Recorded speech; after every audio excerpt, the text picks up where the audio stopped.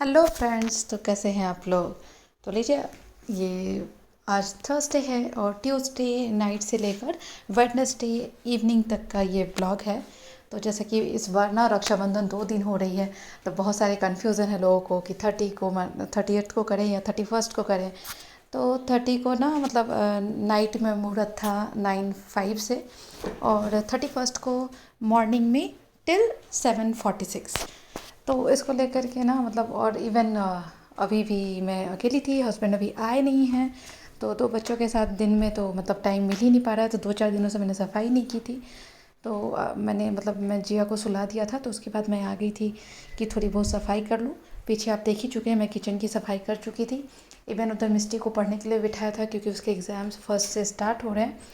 और उधर मैंने काबली चना सोक कर दिया था क्योंकि मेरा था कि 30th को मतलब बुधवार को ना छोले भटूरे बनाएंगे। रक्षाबंधन भी है और मतलब भैया को बहुत पसंद है छोले भटूरे, तो मैंने सोचा वही बनाते हैं। तो इधर मैं डस्टिंग ना मतलब बहुत दिनों से क्या मतलब 3-4 दिनों से ना मैंने डस्टिंग मैं नहीं कर पाई थी, टाइम नहीं मिल रहा था। तो इसीलिए मैं इधर आ गई थी कि डस्टिंग करूँ। और इस ब्लॉग में आप देखेंगे कि मिस्टी और जिया के पापा आ गए हैं। तो आपको देखने को मिलेगा कि इन ये दोनों मतलब इन लोगों का ना ऐसा भारत मिलाप हो रहा था कि ऐसा लग रहा था कि ना जाने कितने दिनों के बाद मिले। तो ऑलमोस्ट हाँ 10 डेज़ के बाद ये लोग मिल रहे थे।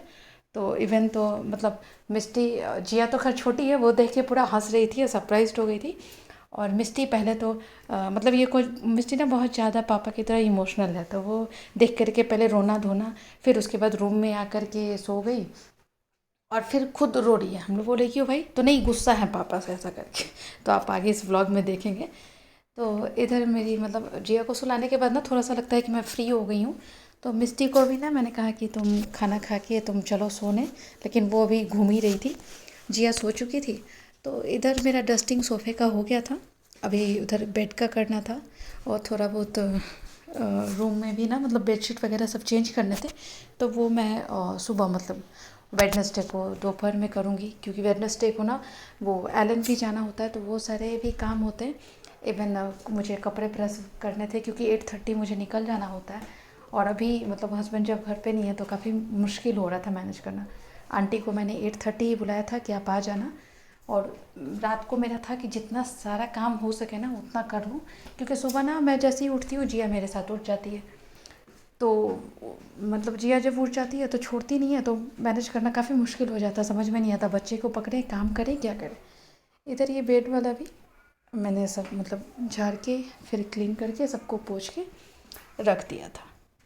तो ये बेड का जो कवर था ना, तो वो कुशन वगैरह, तो उसे मैं थोड़ा सा बोलते हैं ना, उसे भी थोड़ी सी ना डस्टिंग जैसे ना मतलब आप पुश करके थोड़ा सा दोनों तरफ से शेप एंड साइज में ला दो, तो वैसा करके मैं रख रही थी। यहाँ बेड रेडी हो गया था, सोफ़ा भी रेडी हो गया था, मैं वहाँ से वो कपड़ा लेकर के। और उसके बाद ये नाइट का था, ये वेडनेसडे मतलब कि एलन से आने के बाद का। तो एलन से मैं आ गई थी। उसके बाद ना मैंने ना मतलब बच्चों के साथ ना आप एक काम करने चलो, बच्चे ना उस काम को बढ़ाने की कोशिश करते हैं। तो यहाँ पर मैं बिछाने की कोशिश कर रही थी और जिया निकालती जा रही थी। तो मैंने आपको मतलब मेरे मतलब बहुत सारे वीडियोस में आप लोगों ने देखा भी होगा, ये कंघी से ना आप काफ़ी अच्छे से ना बेडशीट ना आप मतलब बिछा सकते हो। और कंघी से ना मतलब करने के बाद ना वो निकलता भी नहीं है। फिर ये दूसरे वाले रूम में भी मैं आ गई थी, उसका भी बेडशीट चेंज करना था। संडे को एक्चुअली मैंने किया नहीं था इस बार बेडशीट चेंज, तो मुझे अभी सबके बेडशीट चेंज करने थे। तो इधर वही आप करो, पीछे से बच्चा ना आपका ना मतलब उसे बिगाड़ने के लिए रेडी रहता है। तो बच्चे के घर बच्चे जिसके घर में होंगे वो काफ़ी अच्छे से समझ सकते हैं कि सीन क्या होता है। आप अगर बच्चे के साथ काम करने चलो ना, तो बच्चा ना उस काम को बिगाड़ता ही रहता है।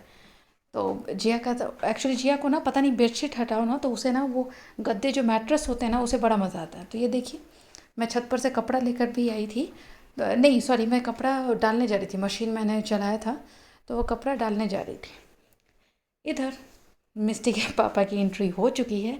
और ये मिस्टी के लिए मतलब ना ऑलमोस्ट सरप्राइज़ था, क्योंकि हम लोग उसे बोल रहे थे और मिस्टी के विजय अंकल बोल दिए थे कि पापा की फ़्लाइट कैंसिल हो गई है, पापा संडे को आएंगे, जिसके लिए वो रूम में आकर के रो रही थी।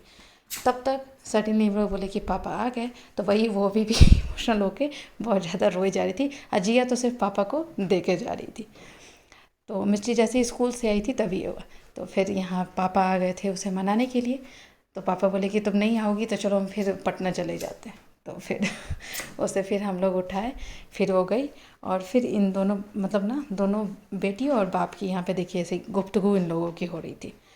जिया सिर्फ ना चेहरा देख रही थी, ऐसा लग रहा था कि पता नहीं पापा पापा आए हैं या कोई और है, या फिर उसे ऐसा वो ऐसे चिपके थी ना, जैसा उसे लग रहा था ना कि मतलब अगर मैं छोड़ दूँ तो पापा कहीं हो सकता है फिर से भाग जाएंगे, तो इसीलिए वो पकड़ के बैठी थी। उसके बाद ना मतलब उन लोगों को सबको हम सबको खाना खाने के बाद लंच करने के बाद फिर से मैं किचन में आ गई थी कि मुझे ना मतलब खीर चढ़ाने के, तो वो दूध मैंने इंडक्शन पे चढ़ा दिया था और ये चावल ना मतलब खीर वाला चावल मुझे डब्बे में भी करना था और फिर खीर के लिए भी निकालना था। तो उसके लिए मैं लेकर के इधर ना पीछे गई थी कि उसे थोड़ा सा पानी में सीज़र लेने के लिए, और फिर चावल को थोड़ा सा पानी में डाल देंगे, क्योंकि होता है ना थोड़ी देर अब पानी में रहने दो तो अच्छे से क्लीन भी हो जाता है और सोख भी हो जाने की वजह से ना उसके न्यूट्रिएंट्स अच्छे से बाहर आते हैं। तो इसीलिए इधर मिस्टी के साथ मेरी कुछ बातें चल रही थी, वो कुछ तो बोल रही थी, मुझे याद नहीं मैं क्या बोल रही थी।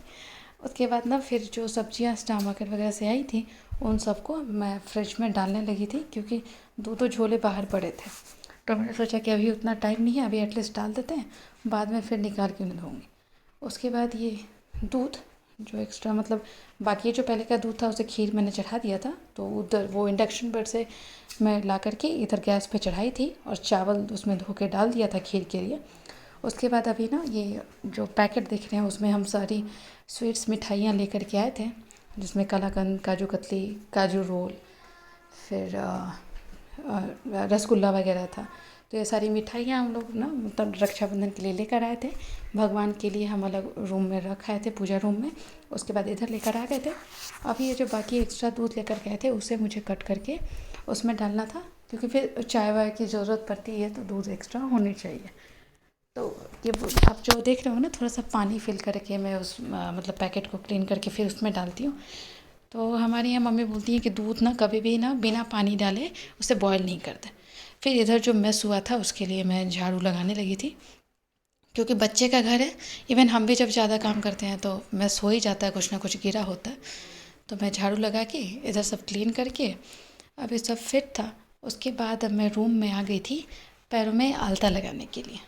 तो पूर्णिमा भी था और फिर बोलते हैं ना किसी भी फेस्टिवल वाले दिन ना मतलब हम लेडीज़ को ये आलता ज़रूर लगाने चाहिए। और मुझे थोड़ा सा नेल कट करने भी थे तो मैंने थोड़ा सा कट लिया। उसके बाद फिर आलता लगा के और बाद में नेल पॉलिश लगाऊंगी उसके ऊपर से, क्योंकि ना मतलब नेल पॉलिश लगाने के बाद ऊपर से आप आलता लगाओ ना तो उसकी शाइनिंग पता नहीं थोड़ी सी कम दिखती है, इसीलिए। तो उसके लिए ना मैंने नीचे फटे पुराना को ये कपड़ा रख दिया था ताकि फ्लोर पर ना लगे, और उसके बाद आराम से उस पर रख के मैं लगा रही थी। तो नेक्स्ट मंथ जब तीज आएगा ना तो मैं थोड़े और अच्छे से डिज़ाइन दिखाऊंगी आपको कि और कैसे भी लगाते हैं, थोड़ा डिफरेंट डिफरेंट डिज़ाइन बना के पैरों में। तो कभी कभी ऐसे तो नहीं लगा पाते, फेस्टिवल के नाम पे चलो लगा लेते हैं कभी कभी, तो अच्छा भी लगता है। बट कभी कभी ना मतलब जैसे बैंगलोर में आप निकलो तो लोग पूछते हैं ये क्या है, what is this, what did you apply in your leg, तो बताना पड़ता है लोगों को। तो यहाँ पर लोग ऐसे जानते हैं ना कि भरतनाट्यम बच्चे जो क्लासिकल डांस करते हैं ना तो वो लोग यूज़ करते हैं, जिसकी वजह से इसे जानते हैं कि हाँ वो कलर है जो पैरों में लगाते हैं, ऐसा करके। तो मेरा दोनों पैरों का हो गया था, क्योंकि मैंने सोचा कि अभी नहीं करेंगे ना तो सुबह फिर टाइम नहीं मिलेगा सुबह के पूजा के समय, तो इसीलिए मैं अभी लगा के इसे कंप्लीट कर लेती हूँ। तो ये सब भी एक काम हो जाते हैं। उसके बाद इधर जो मेरा खीर था ना तो वो खीर ऑलमोस्ट रेडी होने वाला था। देखिए ऊपर तक उबाल आ रहा था राइस डालने के बाद। तो ये खीर बोलते हैं ना, कोई भी फेस्टिवल हो मीठा ना हो तो ऐसा नहीं हो सकता। और ये ना जो मैंने भाई मतलब भैया भाभी के लिए जो ली थी, ये लुम्बा वाला कुंदन का, तो बड़ा ही प्रिटी सा आया था, ऑनलाइन मैंने मंगाया था, बड़ा ही प्रिटी था, मतलब मुझे ही देख के अच्छा लग रहा था। तो चलिए गाइस नेक्स्ट कल मिलेंगे, बाय।